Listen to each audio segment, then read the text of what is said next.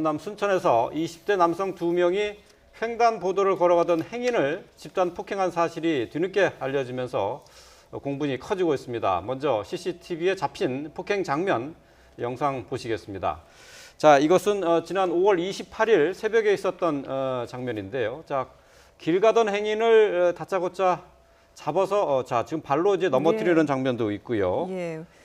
자, 무차별적으로 폭행을 하는 장면이 나왔는데요. 예. 자, 지금 넘어져 오른쪽에, 있는 피해자에게 무차별적으로 지금 폭행을 하고 있어요. 네.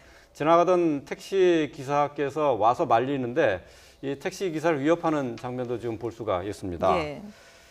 자, 이 참 믿기지 않는 폭행 장면인데 말이죠. 이게 어떻게 해서 이런 장면이 연출이 됐는지, 이거 그냥 멀쩡히 길을 가던 행인들한테 다짜고짜 저렇게 폭행을 한 것 아닙니까? 뭐 어떤 원인이 있었던 겁니까? 그러니까 아마 이제 차를 몰고 가는데요. 이제 보행자가 이제 앞을 이렇게 지나가는 그 상황에서 아마 시비가 붙었던 것 같아요. 예. 그래서 저게 이제 5월 28일 날 발생된 사건인데, 이번에 이제 8월 8일 날 이 피해자의 누나가 예. 국민청원 게시판에다가 그 사연을 올렸습니다. 예. 그래서 이제 오전 2시 40분에 집단 폭행을 당했다. 그리고 이제 운전석에서 내린 남자가 자기 동생을 밀쳤고, 그리고 이제 밀치니까 이제 동생이 112에 신고를 하려고 하니까 이어서 뒷좌석에 내린 남성이 발을 걸어가지고 아까 예, 보시면서 예, 예. 발을 예, 걸으니까 봤죠. 몸이 예. 붕 떠서 땅에 떨어졌지 않습니까? 네. 그리고 난 뒤에 바로 이제 정신을 잃었다.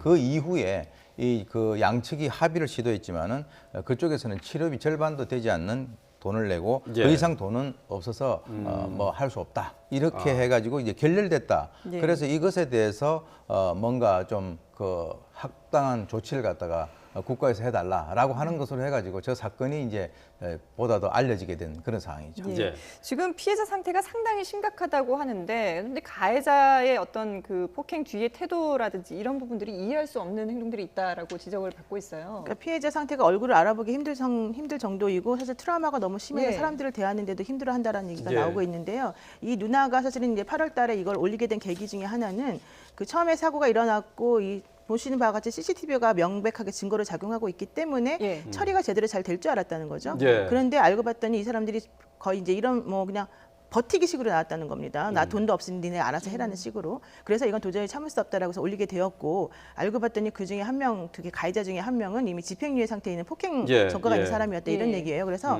이게 만약에 이제 제대로 정말 판단을 받아야 된다라고 한다면 집행유예도 이미 다시 취소가 돼서 실형을 살아야 되는 또 문제가 생기기 때문에 이런 걸 올림으로 인해서 상대방을 좀 압박하기 위한 그런 수단도 좀 되는 것 같습니다. 근데 예. 문제는 이런 식으로 길거리 가다가 자기 기분 나쁘다고 사람들을 때리고 그러게요. 이런 식으로 하면 말이 안 되는 거죠. 예.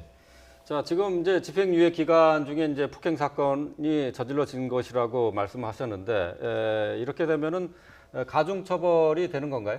그러니까 집행유예 기간 중에 또 다른 범죄를 저질러 가지고 이제 문제가 생길 경우에는 그 이전에 집행유예 받을 때는 뭐 징역 몇 년에 집행이 몇 년씩으로 나오는 그것이 이제 다시 취소가 되어서 예전에 있었던 것들이 다시 플러스가 됩니다. 그러면 예, 예. 이번에 새로 받는 그 형 선고 플러스 그 이전에 이제 유예가 되었던 형이 다시 선고가 되기 때문에 합쳐져서 상당히 중한 형을 선고받을 수밖에 없는 예, 거죠. 그렇군요. 자, 피해자의 가족이 청와대 청원을 올리면서 뒤늦게 밝혀졌는데요. 저희가 단독으로 보도해 드린 이후에 청원에 참가한 인원 수가 12,000명을 넘어섰습니다. 자, 정확하게 사건 내용도 파악이 돼야 되겠고 합당한 법적인 처벌도 뒤따라야 되겠습니다. 네, 지금까지 오윤성 순천향대 경찰행정학과 교수 그리고 노영희 변호사와 함께했습니다. 두 분 말씀 잘 들었습니다.